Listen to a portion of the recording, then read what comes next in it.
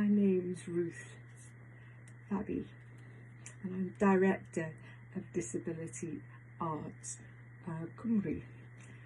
I'm having to tell you this news because I've become quite ill with a lung condition.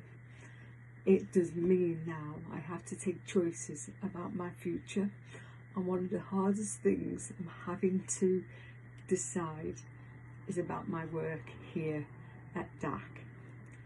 I love my job and I love how we have developed and moved it on and have a really positive future, but I'm ill to continue, so I've decided to leave from this year.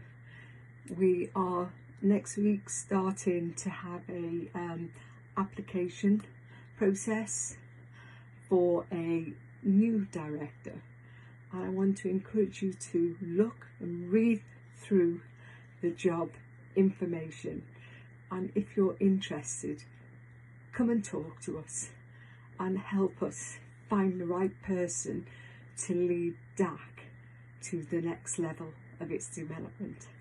Thank you.